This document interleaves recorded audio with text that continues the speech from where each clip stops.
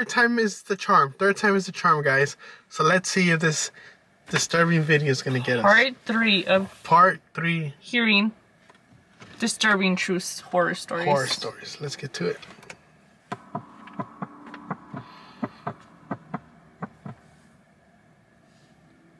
This happened when my fiancée Morgan and I just moved into our house together in a quiet little town. We still live in this house. It's a modest, cute little house, perfect for us and a couple of kids, if and when we decide to have. We met one of the neighbors right off the bat. They seemed nice. They were an older couple in their late 60s. The neighbors on the other side were pretty far away, so we didn't meet them for a while. We were still in the unpacking and furnishing phase. It might have been week 2 of living in the house. We were exhausted by every night, having to work our jobs and then also setting up the house and unloading. Morgan was cooking pasta in the kitchen. I was sitting at the table talking to her while on my laptop shopping for area rugs. It was a little stuffy in the house, so I was going to go slide open the back door, but as I got to it, I looked into the backyard and noticed someone sitting in one of the chairs.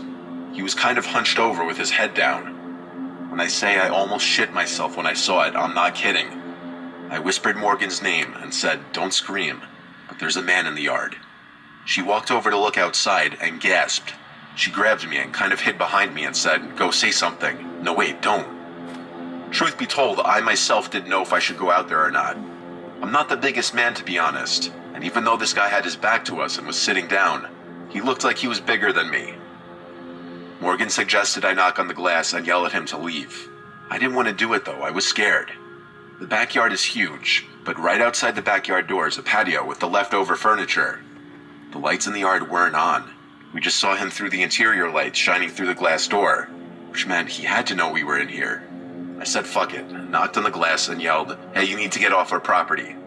The man turned around and looked at me. He then got up with this half smile, almost like he was laughing. He looked 50. He had a really long gray beard and tattoos down to his wrists. He walked up to the glass. I made sure the door was locked. He stood on the other side of the glass door and shifted his gaze to Morgan. He started licking his lips and saying vile shit. I yelled, "All right, I'm calling the police." I closed the sliding blind to get him out of our faces. I called 911 and told the operator to please hurry and send police to our house. I could still hear the man on the other side of the door, now speaking at a very high volume, almost yelling, still saying disgusting things about Morgan. I put the phone to the glass so the operator could hear it. He made me stay on the phone until police would show up. Eventually it went quiet outside, and so I took a peek out the glass and the guy was gone. Still, I couldn't wait for police to arrive. And when they did, they searched the backyard, took a police report, and left. We thought it was over. But later on that night, when we were in the living room watching TV, we both agreed we heard something from outside in the yard. I went over to the window and kinked the blind, just enough to see that man outside again. He had a cigarette in his hand. He was talking to himself, or trying to talk to us, facing the house. He noticed the kink in the blinds, because he ran over to the window. I jumped back, and he started pounding on the window, saying all these awful, sick things he wanted to do to Morgan. I told her to go upstairs. I didn't want her to hear this anymore. I yelled, "I'm gonna call the police again," and then the pounding stopped, and he went silent. I waited a few seconds before kinking the blind again, and he was gone. I went upstairs to go comfort Morgan, who was visibly shaken. I told her he was gone, when in hindsight I should have called the cops again. Downstairs, I heard bumping and knocking. I went halfway down the stairs and heard bumps on the back door and the doorknob twisting and turning. He was trying to get into the house.